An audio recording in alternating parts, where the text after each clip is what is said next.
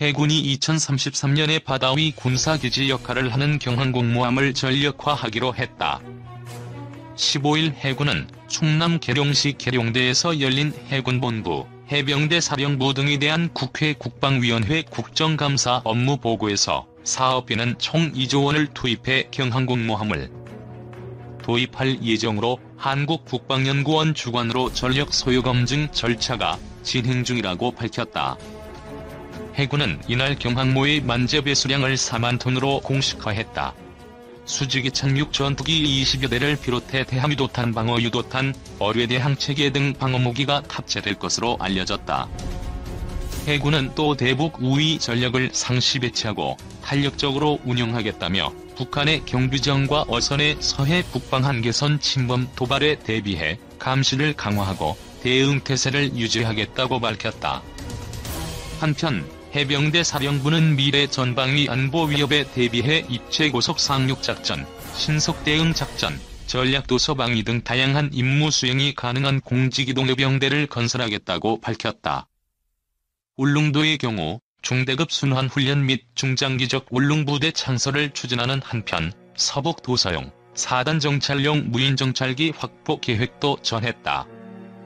해병대는 지난 7월 한강 하구에서 발생한 탈북민 월북 사건과 관련해서는 감시장비 운용요원 편성, 고가초소 보강 등의 후속 조처를 했다고 보고했다. 당시 인천 강화도 월미곶에서 발생한 사건으로 군은 해병 이사단장을 보직 퇴임한 바 있다. 경항공모함, 해군은 찬성 탑재할 전투기, 공군은 글쎄. 해군이 2033년 전력화할 경항공모함의 최대 중량을 4만 톤급으로 추진하겠다고 밝혔다. 경항공모함 도입과 경항공모함의 실을 수직이 착륙 전투기 도입을 두고 국정감사에서 논란이 이어졌다. 부석종 해군참모총장은 15일 충남 계룡시 계룡대에서 열린 국회 국방위원회의 해군본부 국감에서 2033년 전력화를 목표로 단거리 수직이 착륙 전투기 운용으로 작전 능력이 우수한 경항공모함을 추진하고 있다고 밝혔다. 경항공모함의 만재 배수량은 4만 톤급이며 건조에 약 2조 원이 쓰인다. 비전투 요원인 민간인을 포함해 430명이 탑승한다. 서른 더불어민주당 의원은 예산 문제로 경항모와 핵잠수함을 다 추진하긴 어려우니 핵잠수함을 먼저 추진하는 게 순서에 맞다고 지적했다. 윤주경 국민의힘 의원은 작전상 경항모가 꼭 필요한지 확인해서 추진하라고 말했다. 경항공모함 도입은 지난해 7월 장기 신규 소요가 결정된 뒤 현재까지 선행연구 등을 진행하고 있다. 이날 오전 같은 곳에서 열린 공군본부 국감에선 수직이 착륙 전투기 F-35B 도입에 대한 논란이 벌어졌다.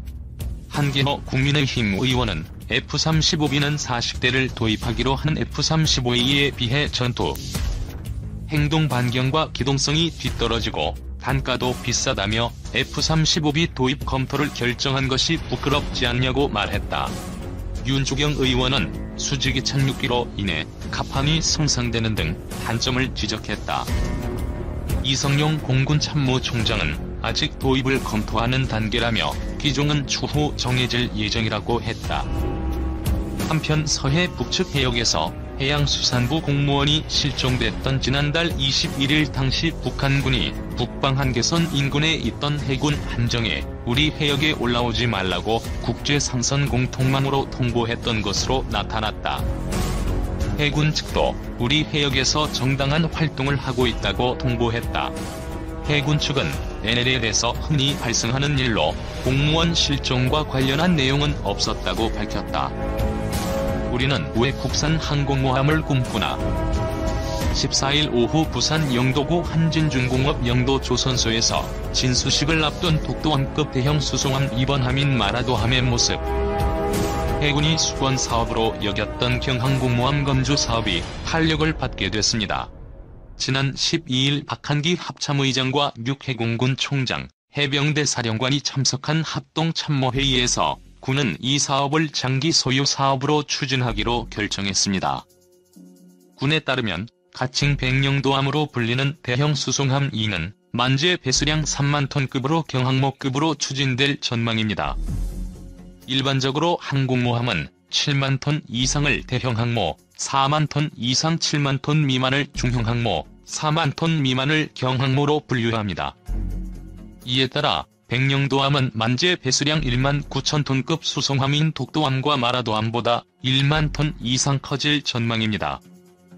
참고로 독도함에는 축구장 2개 크기의 갑판과 250인분 밥을 1시간 안에 지을 수 있는 조리시설, 24시간 운영하며 드럼 세탁기 20여 개를 갖춘 빨래방, 제독실, 응급환자 수술실, 치과, 약국, 병실, 구금시설까지 갖춰져 있습니다. 또 병력 1000명, 장갑차, 헬기 등을 실을 수 있다고 합니다. 여기에 더해 백령도함은 갑판을 특수 재질로 만들어 F-35B가 이착륙할 수 있도록 설계합니다. 여러분도 잘 아시다시피 5세대 스텔스 전투기인 F-35B는 미국 해병대용으로 우리가 이미 도입한 공군용 F-35A와 달리 수직이 착륙 기능이 있어 경항모에 최적화된 기체입니다. 그럼 백령도함 도입 계획은 왜 나왔을까? 사실 군은 당초 마라도함을 개조해 F-35B 운용이 가능한지 평가해볼 계획이었습니다. 마라도함 갑판은 F-35B의 엔진 열기를 감당할 수 없는 데다 하부 구조물이 전투기 무게를 지탱할 수 있는지 검증돼 있지 않아 전투기 운용 가능성 여부부터 확인해야 합니다. 국방부는 실제로 지난해 8월 방위사업청 국방전자조달 시스템에 대형 상륙함 미래 항공기 탑재 운용을 위한 개장 연구라는 제목의 연구 용역을 공고했지만 연구는 시도조차 못하고 사업이 흐지부지됐습니다. 마라도함을 개조해 F-35B를 싣는 방식은 비용 측면에서 엄청난 부담이 생기는 데다 내년 전력화 예정인 마라도함의 운용 계획에도 큰 차질이 빚어질 수 있다는 우려가 나왔기 때문입니다. 이에 정부와 군은 대형 수송함 3번함 건조 계획으로 사업 방향을 급선회하게 됩니다. 그러나 경항모 건조 사업의 윤곽이 드러나자마자 운용 효율과 비용 문제를 제기하는 목소리가 나왔습니다. 좁은 한반도 해역에서 경항모를 운용하는 것이 과연 타당한지 의문을 제기하는 목소리입니다. 항공모함을 운용하려면 막대한 비용을 고려해야 합니다. 원자로로 기동하는 미국의 대형항모 1년 유지비는 3천억에서 4천억 원에 이릅니다. 단순히 항모만 기동하는 것이 아니라 전투기 운용 비용을 포함해야 하기 때문에 경항모 운용비도 최소 1,500억에서 2천억 원이 소요될 것으로 예상됩니다. 또 중형항모 건조 비용은 5조에서 6조 원, 경항모는 3조에서 4조 원에 이릅니다. 좁은 바다에서 굳이 이런 거액을 쏟아부어가며 항모를 유지해야 하는지 의문이 제기될 수 있다는 겁니다. 그러나 군 전문가들은 이런 지적에 대해 하나만 알고 둘은 모르는 이야기라고 반박합니다. 우선 전략자산인 항모를 운용하면 해외 지원을 받지 않는 독자적인 해공군 작전이 가능해집니다. 미국은 방위비 분담 협상에서 늘 항공모함이나 핵추진 잠수함, 장거리 전략 폭격기 등의 운용 비용을 우리가 분담해야 한다고 요구해왔는데 항모를 우리가 직접 운용하면 이런 압박에서 좀 더 자유로워진다는 겁니다. 미국 CBS 방송이 지난달 보도한 전략 폭격기 운용 비용 자료에 따르면 D-1B는 시간당 95,758달러, DEA는 122,311달러, B-52H는 48,880달러라는 엄청난 운용 비용이 소요됩니다. 이들 3기의 전략자산을 각각 13시간 왕복 비행하면 1회에만 347만 337달러가 들어갑니다. 전략자산 전개비용. 연합뉴스. 항모의 이점은 의외로 수도권 인근의 공군기지 건설과도 관련이 있습니다. 앞으로 수도권에 공군기지를 추가로 마련하는 것은 거의 불가능할 것으로 예측됩니다. 주민들은 소음이 많은 공군기지 건설에 우호적이지 않기 때문에 전투기를 아무리 많이 도입해도 수도권 기지를 늘리는 것은 현실적으로 어렵다는 겁니다. 심지어 시민단체 등에서는 수원 공군기지를 폐쇄하거나 오산 미군기지 등으로 통합해야 한다는 목소리까지 나옵니다. 만약 어렵게 다른 지역에 설치하는 것을 허가받았다고 해도 항모 건조 비용보다 훨씬 큰 비용과 정치적 부담을 감당해야 합니다. 한 언론 보도에 따르면 250만 평의 공군기지를 건설하는데 무려 25조 원이 소요될 것이라는 관측도 나왔습니다. 항모가 비록 운영비 측면에서 부담이 크더라도 주민 반대나 정치적 문제에 휘말리는 것을 미리 막을 수 있는 장점이 있다는 겁니다. 우리나라가 항모를 운영할 수 있을 정도의 경제력을 갖췄다는 지적도 나옵니다. 국방백서에 따르면 2017년 기준 우리나라 국방비는 356억 달러로 2023년 경항모를 보유할 예정인 일본, 중형항모 한 척을 운영하는 프랑스, 중형항모 두 척을 운영하는 영국과 비교해도 적지 않은 수준입니다. 이에 따라 육군의 대규모 병력 운용비를 조정해 항모를 운용하는 것이 더 효율적인 방식이 아니냐는 분석이 나옵니다. 여기에 북한을 포함한 각국의 도발 억제력을 확보할 수 있고 분쟁 지역과 가까운 곳에서 즉각적인 출동이 가능하다는 장점도 부각됩니다. 최근 한반도 정세는 시간이 갈수록 복잡해지는 양상을 보이고 있습니다. 인접국인 중국과 러시아의 군용기가 사전 통보 없이 한국방 공식들 구역을 진입해 우리 영해에 근접 비행하는 상황이 빈번히 발생하고 있는 데다 일본은 군비 확대에 열을 올리고 있습니다. 중국은 항공모함 6척을 도입할 계획이고 일본은 헬기 탑재형 호위함인 이즈모급 함선 2척을 2023년 경항모로 전환할 계획입니다. 굳이 북한의 무력 시위 대응이나 대양 해군의 꿈을 거론하지 않더라도 우리 해군력을 강화해야 할 필요성은 점차 높아지고 있습니다. 미국의 항공모함 3척이 12일 동해상의 한국작전구역에 진입해 우리 해군 함정과 고강도 연합훈련을 하고 있다. 항모 도입 논의는 이미 김영삼 정부 시절부터 시작됐지만 경제적 여건과 운용비 부담 등의 문제로 수차례 좌절됐습니다. 국민과 정치권의 도입 요구는 많았지만 정부와 군 내부의 반대도 만만치 않아 사업을 구체화하는 데 수십 년의 시간을 보냈습니다. 이후 세종대왕급 이지스함과 도산 안창호함, 장보고함 등 각종 잠수함 도입 사업이 국민들의 큰 호응을 얻으면서 항모 건조 사업도 어렵게 길이 열리게 됐습니다. 앞으로도 충분한 준비기간이 있기 때문에 당장 사업을 서두를 필요는 없습니다. 국방종기 계획에 항모 도입 사업을 포함시킨다고 해도 실제 건조까지는 10년 이상이 소요될 전망입니다. 한 군 관계자는 비용 문제로 전력화에 걸림돌이 많다고 해도 미래를 위해 최소한의 대책은 마련해야 한다는 점에서 국민들의 여론이 우호적인 것 같다고 표현했습니다. 우리 해군 역사의 상징인 거북선처럼 역사의 전환점을 마련할 수 있도록 군이 충분히 연구해 긍정적인 성과를 내길 바랍니다. 레이더를 실전 배치하는 단계에 접어들었다. 러시아는 앞으로 3년간 35억 루블을 투자해 모스크바-1로 불리는 레이더 45대를 오는 2016년까지 배치키로 했다. 모스크바-1은 최대 400km 떨어진 스텔스기 9대를 동시에 탐지할 수 있다. 두 번째는 기존 레이더보다 파장이 긴 저주파 레이더를 활용하는 것이다.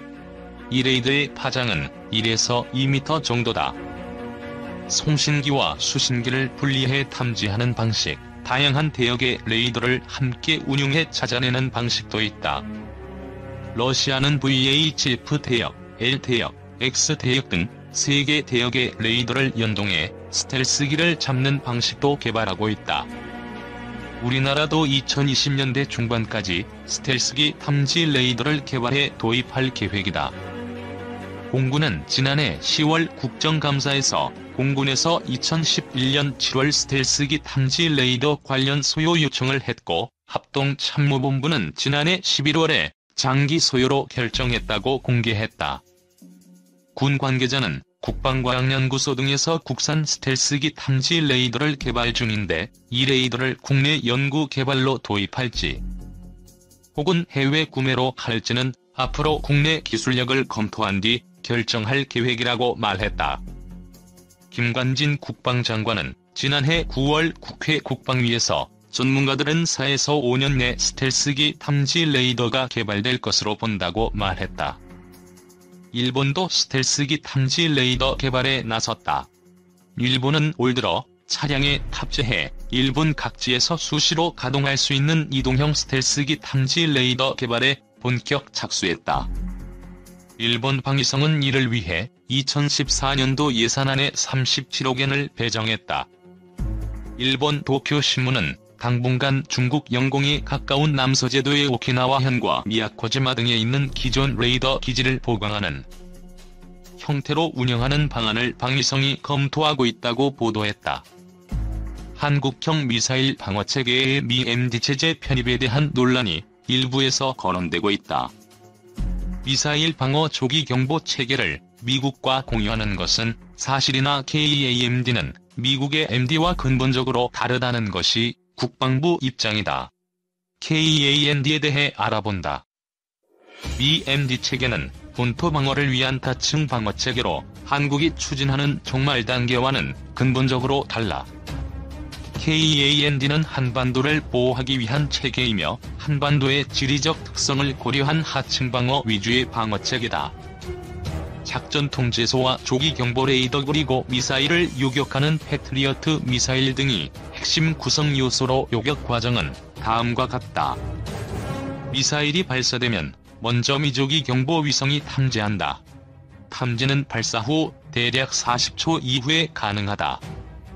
조기 경보 위성은 열을 감지해 미사일을 탐지하는데 구름층 때문에 이를 방해받아 미사일이 구름층을 통과한 고도 10km부터 감지할 수 있기 때문이다. 이어 미사일이 지평선 위로 올라오면 지상에 배치된 조기 경보 레이더나 이지스함 레이더에 의해 탐지된다. 이때 탐지 소요 시간은 미사일 발사 지점과 조기 경보 레이더 간 거리에 의해 영향을 받는다. 대략 거리 500km의 경우 조기 경보 위성 탐지 후 60초, 고도는 지상으로부터 35km 정도다. 이후 조기 경보 위성 및 레이더에 의해 탐지된 정보는 작전 통제소에서 통합 분석 프로그램을 통해 위협 분석 및 최적 요격 부대를 선정해 자동 또는 수동으로 탐지 정보를 패트리어트 포대로 전달된다. 그리고 요격 명령을 받은 해당 패트리어트 포대는 탐지된 표적 정보를 이용 자체 레이더로 탐색, 추적해 역시 수초 내에 요격 임무를 수행하게 된다. 현재 우리는 조기 경보 체계로 이지스함 체계 레이더를 보유하고 있으며 그린파인 레이더는 올해 말 도입할 예정이다. 요격 체계로는 패트리어트가 있다. 미국이 구성하는 ND 체계는 다층 방어 체계로 한국이 추진하는 종말 단계 하층 방어 체계의 KAMD와는 근본적으로 다르다. 미국은 전 세계적 위협에 모두 대비해야 하고 본토 방어를 위한 충분한 중심이 있다는 점에서 다층 방어 체계의 미사일 방어 체계 구축이 필요하다. 반면 한국은 북미사일 위협에 대비하고 작전 중심이 극히 짧은 수백 킬로미터의 한반도 작전 환경을 고려할 때 종말 단계 하층 방어 체계의 미사일 방어 체계를 구축할 수밖에 없다. 참고로 주한미군도 그들의 주요 시설을 방어하기 위해 한국군과 같게 종말 단계 하층 방어 체계를 갖추고 있다. 또한 미 MD 참여는 곧 한반도가 아닌 미국이나 일본 등을 목표로 공격하는 미사일에 대한 요격으로 이는 현실성이 없다. 만일 우리가 미 MD에 참여하게 되면 발사된 미사일보다 몇 배나 빠른 속도로 뒤따라가면서 요격해야 하는데 이는 미국도 실현 불가능한 수준으로 우리가 이를 개발한다는 것은 기술적으로 불가능하다. 비용적 측면에서도 마찬가지다. 2011년 미국의 다층 방어체계 중 상승, 중간 단계의 미사일 요격체계 구축을 위한 예산, 즉 SM-3 및 GBI 도입과 이지스함의 성능 개량 등이 포함된 MDA 예산은 8조 4천억 원이다. 미국보다 기술적으로 더 어려운 요격체계를 이처럼 막대한 예산을 들여 개발한다는 것은 우리 재정으로 불가능하다. 설사 재정 능력이 있더라도 국민의 동의는 생각할 수 없고 나아가 이러한 비용이 투입되는 일을 비밀리에 추진한다는 것은 더더욱 불가능하다. 현재 미 조기 경보 위성의 정보 활용은 미츠 작전 통제소를 통해 우리 측 패트리어트 포대에 북미사일의 탄착구역에 대한 음성경보만을 전파한다. 발사된 미사일의 정확한 비행정보는 제공되지 않고 있다. 따라서 향후 발사된 미사일의 비행정보를 포함한 미조기 경보 위성의 탐지 정보를 원활히 제공받을 수 있도록 내용과 범위에 대한 협의가 필요하다. 마찬가지로 한미 조기 경보 및 이지스함 레이더 간, 그리고 미 조기 경보 체계의 탐지 정보 공유를 위한 AMD셀과 TM셀의 연동 체계를 구축해야 한다.